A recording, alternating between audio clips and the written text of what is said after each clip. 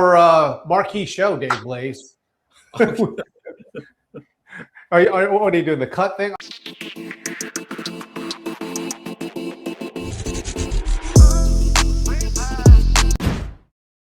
Back on the marquee show. Yes. We've been doing these Facebook podcast lives, and Monday through Friday. And everyone's getting used to it. People are showing up on a regular basis, but we have always loved this show because we got to really get a chance to go deeper into some of the topics. So like today, we're going to get into the Fulton County FBI raid and all of what's going on down there and the reasons behind it, and it's going to be good.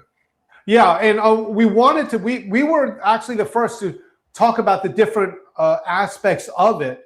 And we're going to talk about it later, but CNN is now, after 5 days of us talking about it, actually, I won't say verified it, but at least verified our theory, so to speak, of what it could possibly be. Oh my goodness, Gene, we're putting out updates daily about what's going on behind the scenes of the Fulton County FBI raid and how that's progressing, what Fulton County is doing, and so on. I mean, it's about time that the mainstream media caught up to us. Dave, I want to bring this up because to me it's really important. Last month in January, in our Facebook account, we had 2 million views on Facebook.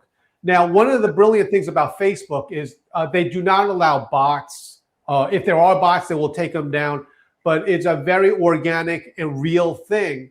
But it's interesting because when you have platforms such as X or Twitter, you could always, I'll just say the telltale of someone purchasing or a network supplying them with bots to make them look bigger in their account.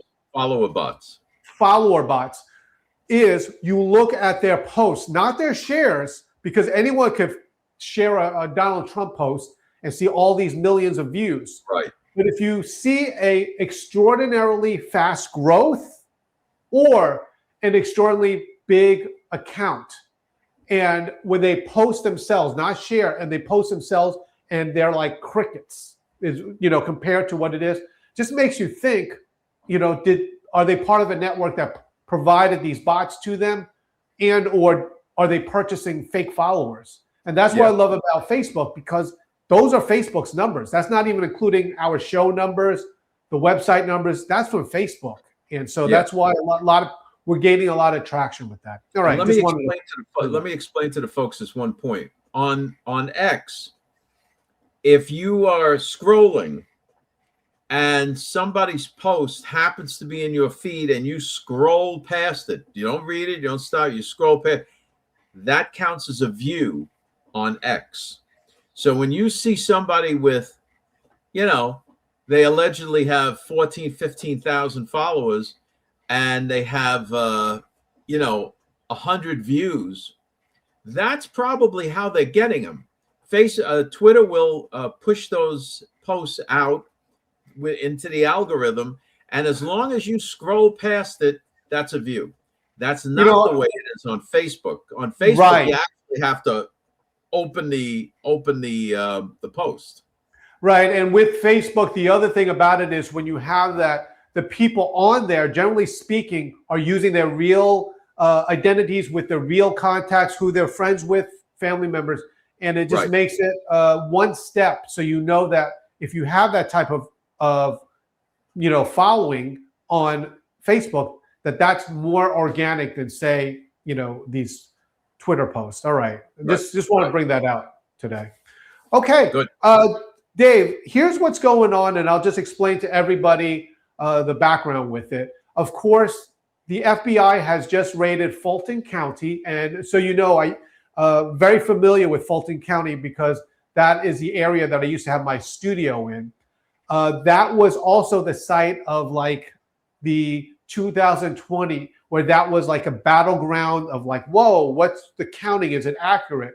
But the FBI raided. Well, it's Atlanta. Atlanta's. It's Atlanta. I should have just said this. We talk Fulton County. To me, it's Atlanta. So the FBI raided it, But the interesting thing was, and people could not figure out, and quite frankly, we were just surmising what might have gone on, but Tulsi Gabbard shows up. And people were saying, well, what's she doing there? Well, once again, we, the general populace, aren't going to know exactly for sure what's going on. But it was interesting that we were talking about it for now a week. And it makes you wonder. Dave, do you have any comments on that? Yeah.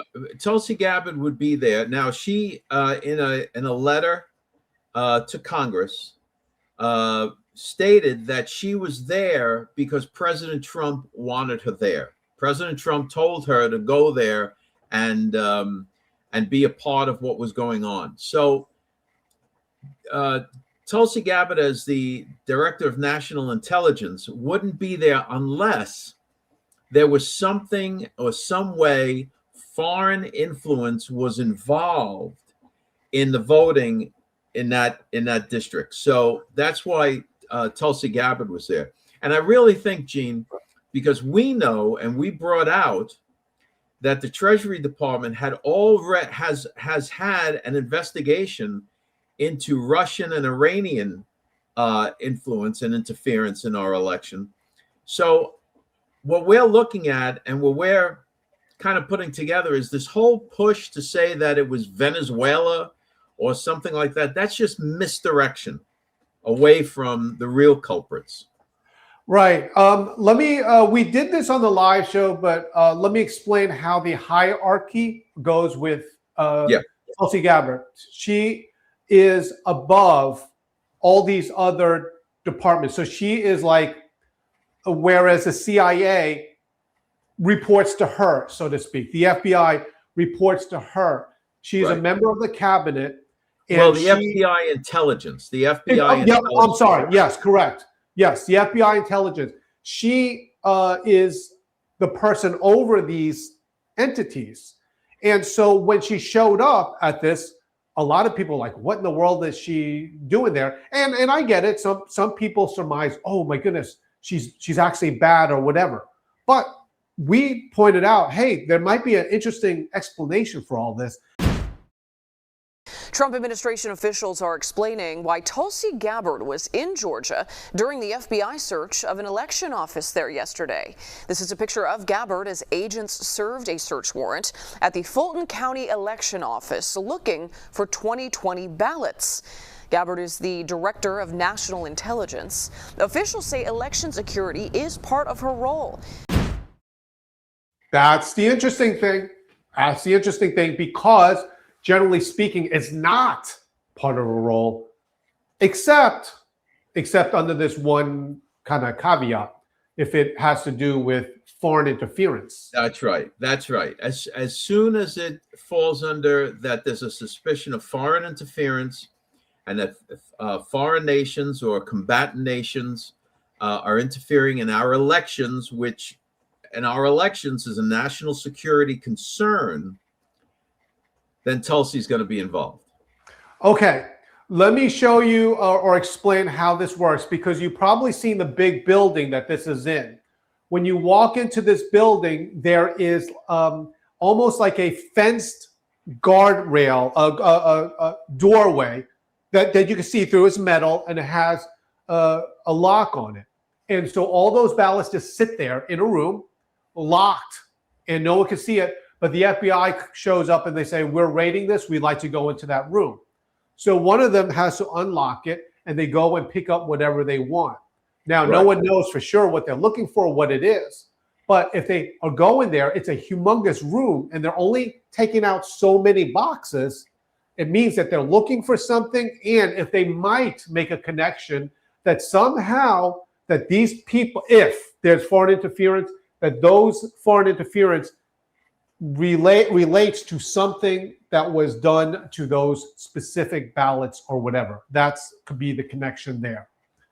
So there's more to that, Dave, because when we get back from the break, actually, we're going to talk about how this is really unfinished business because what happened back in 2020. Right. So we have a lot to unpack in this show, And so we're going to walk you through it, make it easy to understand, and see how it goes. Yeah, and one of the things that I want to mention, because one of the thing that people are starting to understand, and this is people that follow Trump, whenever you have someone on X or another influencer that pushes a narrative out, we've seen it done with mainstream media, legacy media, where they push a narrative out, and then suddenly everyone's saying the same thing within the media.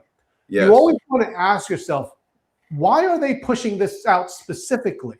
And then you want to do the research, as Dan Bongino said, do the research and kind of find out with that, okay, well, if she is there, under what circumstances would Tulsi Gabbard legally be there? Like legally, like what is her role that you would say, if you didn't know anything about her, the DNI, the director of DNI would only be there if A, B, or C.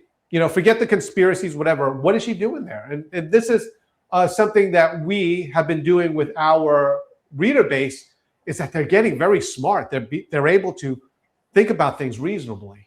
Your thoughts? The interesting thing here, Gene, that most people are not going to consider is that the very people that are coming to you online and making posts saying that, oh, it could be Venezuela, they're going to get to the bottom of it's Venezuela, there's things happening in Venezuela and all of this. Listen, or the basement of the Vatican, they're changing votes from the basement of the Vatican through German satellites. Those very people could be the ones that were involved with Russia and Iran interfering in the election. Remember what some people said with Maduro, right? They come up with this, oh, did you know that they're saying, like, what if? Because everything's a form of a question. Yeah, right. What if? Here's the best one. They used the Perry Mason line. If anybody remembers the original Perry Mason, he used to go up to people on the stand and say, what if I told you that so-and-so said blah, blah, blah? He could just made it up. And the people would confess. Well, that's what they do on Twitter and other social media. They say, what if I told you this was happening? Right. One of the things that I heard was, oh, did you actually know Maduro and Trump are actually secretly working together? Right. So in other words, they risked American lives, because even Delta Force, I guess, is working with them, to go in there. Their bravery that they did that. I believe it was Cuban, because they were helping them. Cuban soldiers died at the fly back. People died in that, but it was all for show. It's all a movie just to bring him into safety, when he could just flew into America and just landed there and just say, hey, by the way, I got to go do this at the United Nations. That's what they're bringing out. And what we have done with this is to say, listen, think critically. And just like walk yourself through it. And we said this before, and I'll just say it again. Like the people constantly talking about who goes to Gitmo, and they're saying crimes against humanity or whatever. We've seen, and no one's defending it, we've seen that when people get accused of something with crimes against trafficking, human trafficking, they go to a body of their peers in court, and there's witnesses. This is just think, stop with these, like they bring these things out. Just understand and think critically. And I think people are starting to do so from what we read online. Yeah, people as well, and it's based on people are tired. They're tired of the never-ending story, right? Right. And these influencer network members they're just atrocious. They keep people involved. It's like a constant, oh, wait for tomorrow. Wait till you see what happens next week. Oh, April 20th, that's the date. Right. Okay. And it comes and goes and nothing, and no one ever calls them out. No, right. They're not held accountable to that. Never held accountable. Okay. And they're the ones always screaming about other people being held accountable. They're never held accountable. Right. Okay. When we get back, we're going to show you how all of this connects, and we're going to show you by video connects to something back in 2020 as unfinished business, and you can see how it worked out with that. The other thing about it, I just want to remind everyone that we have this live show Monday through Friday, 5 o'clock Eastern Standard Time. You just go to YouTube and then you search American Pulse Podcast. You'll see the George icon and just like it, and you can see the show there. But just want to thank everyone, and also don't forget to go to the georgemagazine.com and get the dispatch. It's just a matter of signing up, and then you get all those news reports to you free Monday through Friday. Okay. Well, it's also that the live show that we do Monday through Friday is based off of the dispatch that goes out first thing in the morning. So the live show is great, but everything wraps around the dispatch. Right. Okay. So anyway, stick around after this quick commercial break. We're going to show you how specifically this seems like unfinished business from things we were talking a long time ago. And even Dave Blaze and I brought it out with this United States U.S. Treasury report. Who's behind this? And this is not our report. This is a .gov. Okay, everyone stick around. The American Pulse podcast is coming back. Hey, friends, I want to tell you about the Dispatch. Some of you guys already know about this, but you're going to love it. Basically, every weekday morning, you get emailed to you the day's leading stories, curated personally by me, Dave Blaze, and the rest of the George Magazine team. Very simply, it goes into your email. You can browse them very quickly, find out the day's top stories so you can get on with your day. So go to georgemagazine.com. You'll see there the Dispatch link in the menu. Sign up, and then every weekday morning before 9:30 Eastern Standard Time, you get this email in your inbox, and you can read it, know what's relevant for today, and get started with your day. Welcome back, everyone, to the American Pulse podcast. And just want to remind you that the new issue of George Magazine is now out. Go to georgemagazine.com. Subscribe, but there's 3 ways to subscribe. You can do it either with the standard magazine, the collector's magazine, or even the digital download. So just go to georgemagazine.com and sign up there for the Dispatch, or get yourself a magazine. All right, Dave Blaze. Hold on one second. Sure. Gene. And then the other thing that we've been doing, we're taking the articles that are in the magazine, and we're actually making videos from those articles. So this gives us another level of interaction with our readers and subscribers and followers, so that they can actually visualize the article in a video. And then we post it right there with the article on the website. We're loving it. People are loving it. So look forward to that.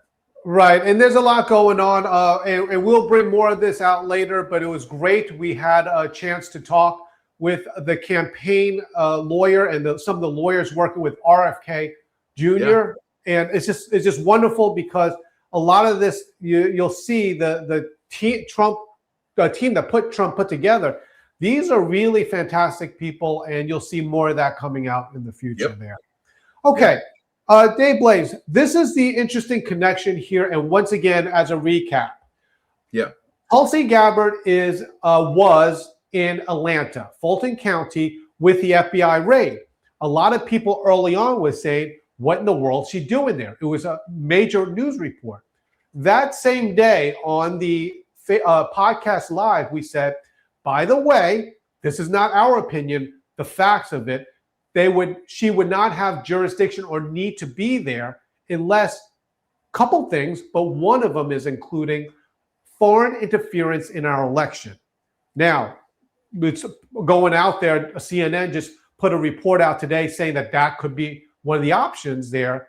But it's interesting because we, in part, made a connection from from 2020. Dave, you want to explain a little bit of what we uncovered here with Ratcliffe? Well, yeah. See, this investigation started with Treasury. Then, of course, the DNI was involved, but Ratcliffe was the DNI during the first administration. Correct. So now we got the second administration, Trump's second term, and now Ratcliffe is head of the CIA, feeding all of that information to Tulsi Gabbard as the DNI, because now he actually reports to Tulsi Gabbard. So Right. now she has all of that information and all of that investigation evidence that he and his team were compiling right along. I got to tell you, that's the connection right there to Fulton. Right. Let me explain this timeline to you once again. This is back in 2020 before the election. Remember, the election, of course, is in November. Early on, Dave Blaze and I were the first to show people, really one of the first, at least in this, that, hey, officially, the United States Treasury has said in a press release that there is interference on the left and the right of Iranian and Russian influence, trying to influence people in that election. Not Venezuelan and not under the Vatican, Russia and Iran. This we brought out, and Dave, again, we got so much heat from it back then, right? Oh, so man. We get heat for it because, like, what do you do when you're lying? That's a lie. All of this stuff. Okay, so during this time, parallel to this, the person that had the position of Tulsi now was Radcliffe. He was the position is over all these intelligence. However, now he took I won't say a lower position, but now he's the head of the CIA, and there's another person in there. But look at what Radcliffe, when he was DNI, look at what he was investigating. You ready for this video? Yeah, I'm ready. This is from 2020 when Trump was president.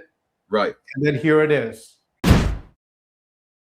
With that in mind, we would like to alert the public that we have identified that 2 foreign actors, Iran and Russia, have taken specific actions to influence public opinion relating to our elections. First, we have confirmed that some voter registration information has been obtained by Iran and separately by Russia. This data can be used by foreign actors to attempt to communicate false information to registered voters that they hope will cause confusion, sow chaos, and undermine your confidence in American democracy. To that end, we have already seen Iran sending spoofed emails designed to intimidate voters, incite social unrest, and damage President Trump. Okay. Right. In other words, agents, or maybe unwitting agents, or whatever it is, or people that are associated with Russia and Iran, are spreading all sorts of disinformation to American voters to get everybody very confused about what's really going on, what Trump is really doing, and so on. It's just despicable. Right. So as the DNI head, this is Radcliffe. He's getting all this information. The president of the United States, who is then Donald Trump, knows this. He says, hey, translation, get this out to the public that this is happening. So whatever investigations that were going on, then suddenly Trump is not president anymore. And so this, I won't say all goes away, but it goes into no man's land. Trump happens to come back as president of the United States. And here we go again. And it's now you have the CIA chief is this man right here. And Tulsi is, for whatever reason, in Atlanta. Right. So you guys could see how this is playing out. Dave, once again, I want to show you that, I know you know it, but we in America have grown to hate our people working under us, or us. CIA, oh, they're evil. FBI, oh, they're evil.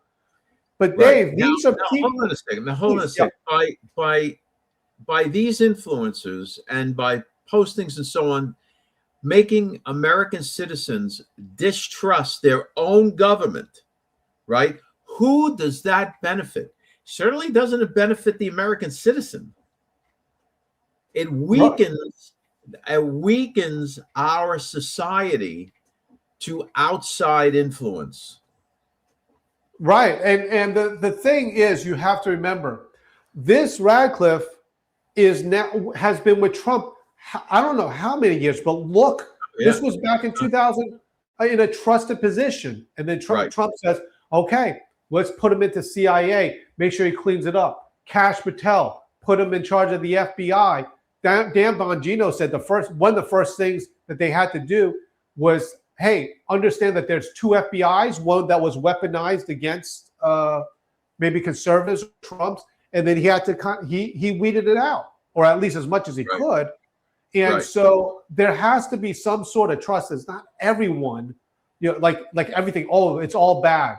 All of these. And really quick, Dave, I don't know all of them, but I do know some of the United States congressmen and some of the senators.